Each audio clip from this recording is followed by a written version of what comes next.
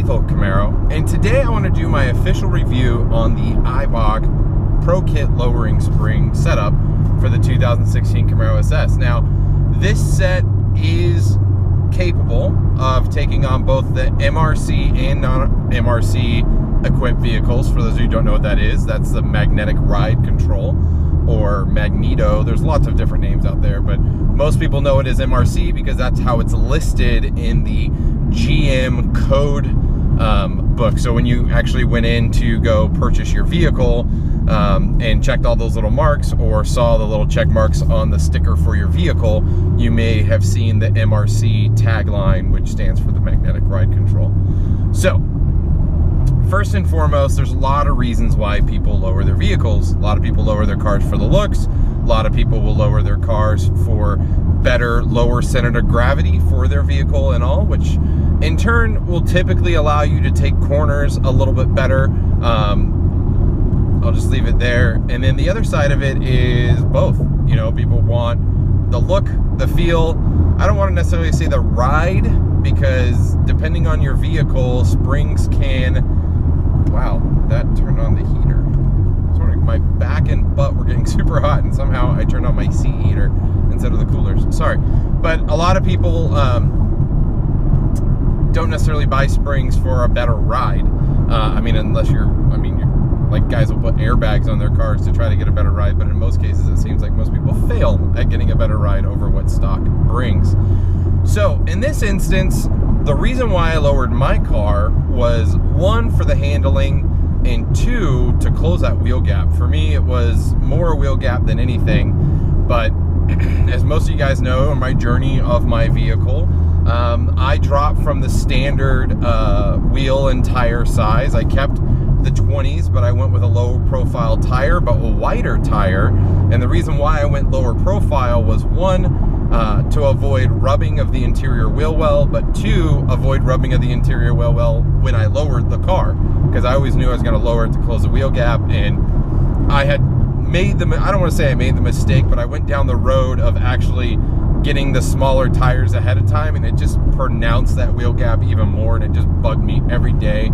And in turn, it made me bug Eibach every day to get official word that their springs were compatible and didn't cause any issues with the magnetic ride control system. And so therein lies my adventure with Eibach. And there's a lot of companies who make springs. I want to just throw it out there. Eibach has been a company I have used on multiple vehicles, and in this instance, knowing that they were doing some complete testing on the magnetic ride systems, it just made sense to me to go with them as pending their results, or what they found with their, their testing.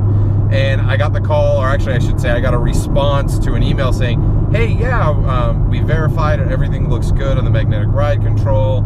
And asking further and more questions, we got to the point where I was like, hey, is there any chance I could just come down? I live up in Temecula, you guys are in Corona, it's not very far. I'd love to do a video. I don't really know anybody local that has all the tools needed to be able to install the springs, mainly a spring compressor, so you can pull everything apart without killing yourself. And they are like, yeah, come on down. So worked out a deal with them, told them I'd create an install video for them, and offered to pay. They quickly said, no, you don't have to pay for the install.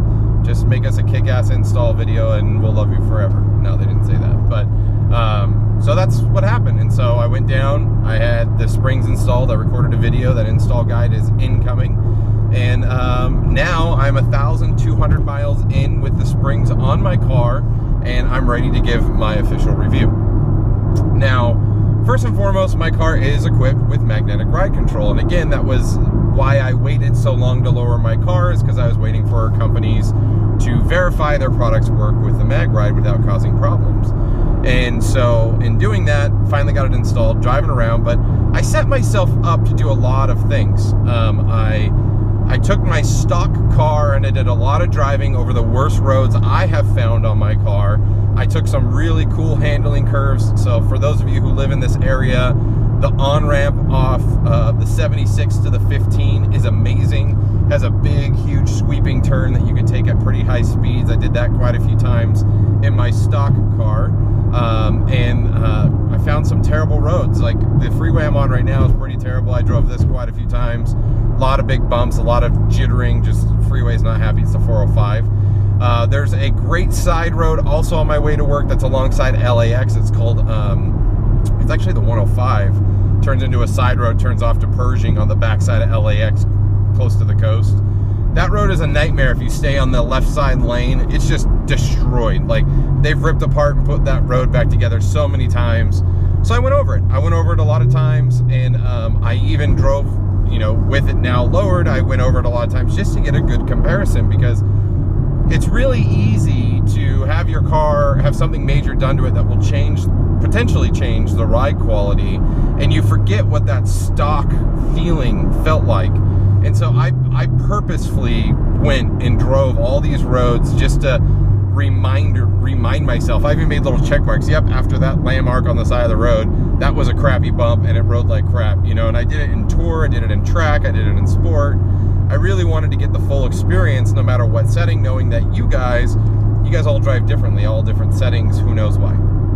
So in doing so, I'm happy to say that with the springs installed on my car, it rides pretty close to the same as stock, which is, I don't want to say it's unheard of, but it's hard to replicate. And that, some kudos out to Eibach for being able to create a system that does that. Now, some instances that I do notice, okay, that's a different feeling than I had before I lowered my car. Now, keep in mind, this kit lowered the car about 1 1/8 of an inch from when I measured it. Again, I only measured it after about 300 miles. It may have settled a little bit more, but I highly doubt it's going to be any more than that. But the ride quality in itself has been pretty good. But those specific instances, so for those of you who drive roads or drive a far distance for a living, you may know this the same as I do now, or have ventured in my commute to LA every day, has been, there's a lot of freeways that get that semi-truck, like, because they're carrying such heavy loads and they get bouncing, they actually create warps and changes in the freeway that almost make it wavy.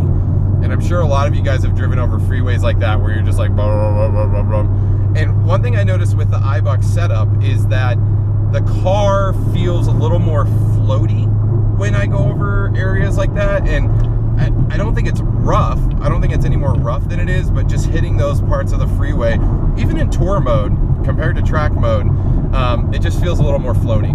Outside of that, just about, I don't know, 90% the same. I mean, going into corners feels great. It felt really good in this car to go anyways. I mean, GM did a great job with the stock suspension, especially with the mag ride. Like, this car loves to hug corners, and you can see, I mean, even in the Motor Trend testing and all that stuff, this car had a really good lateral G.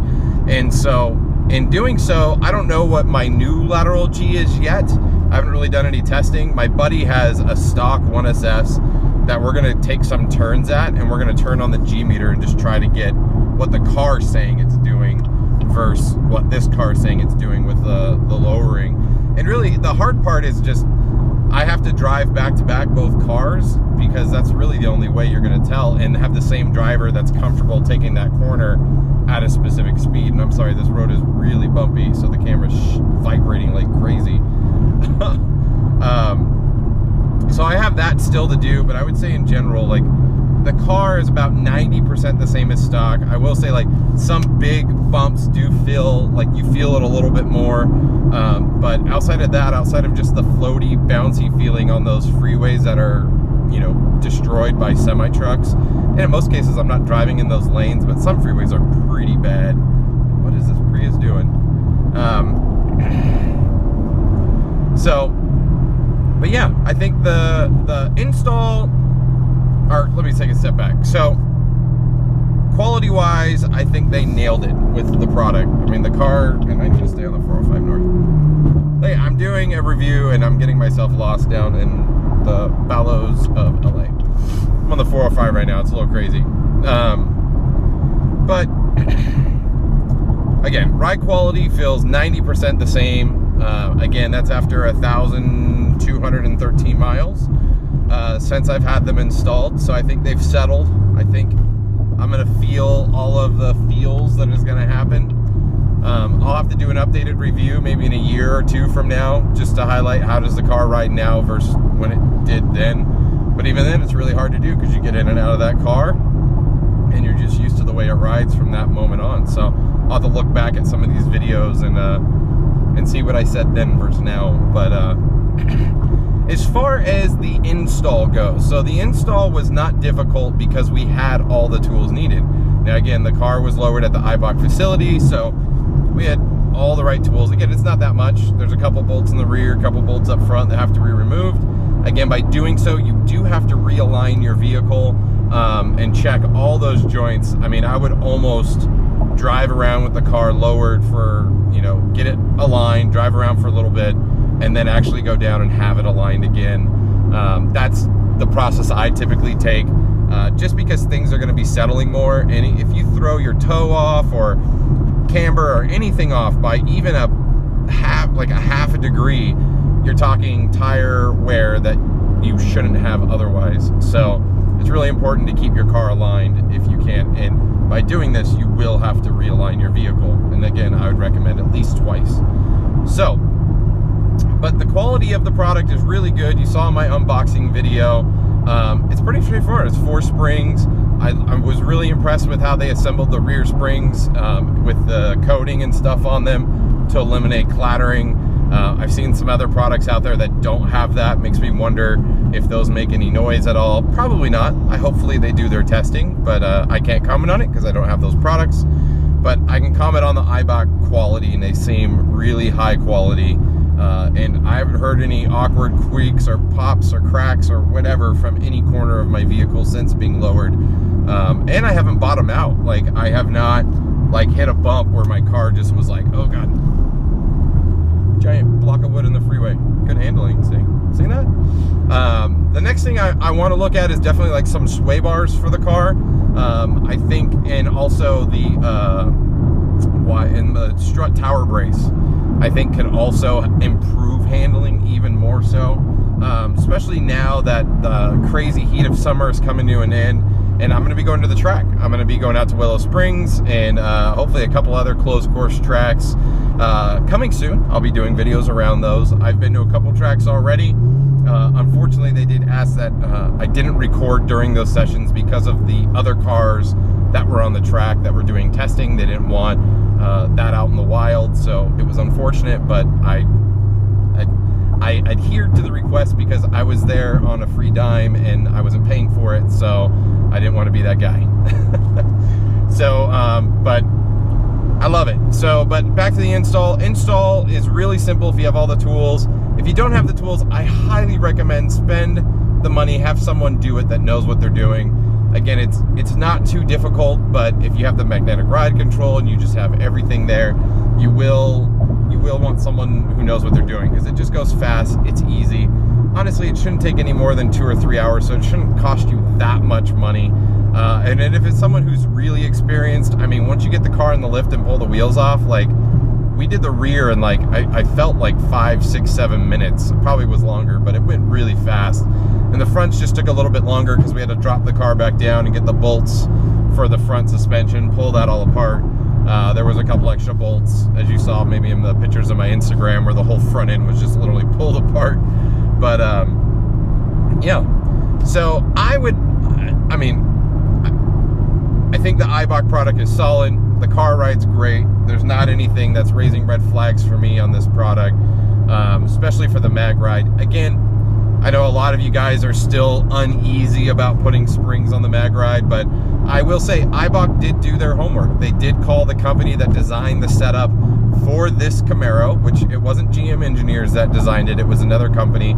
They got in a hold of them, talked to the specific engineer that designed the setup here, and got all the details from him on what exactly made the system work. If they lowered the car 1 to 2 inches, what would happen? What do they need to keep in mind? And a lot of those details were given to Eibach or disclosed in a sense, so they didn't break the system. So it's pretty cool to hear that they went through that level of detail. I mean, literally in this day and age, it's an email and a phone call away, but back in the day, you didn't have that. So it's just cool to see that they did some homework there and made sure it was going to work. So But that's it. That's about it. That's all I got to say about this. So it rides great, handles great, before and after. Just really impressed with the product. Big shout out to Eibach for helping me with the install on this product. And if you guys are looking for springs, feel free to ask questions below. If there's something I didn't touch on or respond to or talk about, let me know. I'd love to make sure I get you every bit of information, because I know there's a lot of people out there looking for products. So, but thank you guys. I kicked off this video with some views and images of the car. So let me end it with another walk around and leave it at that, because I know you guys like seeing the car. So until next time, guys, I'll see you on the road.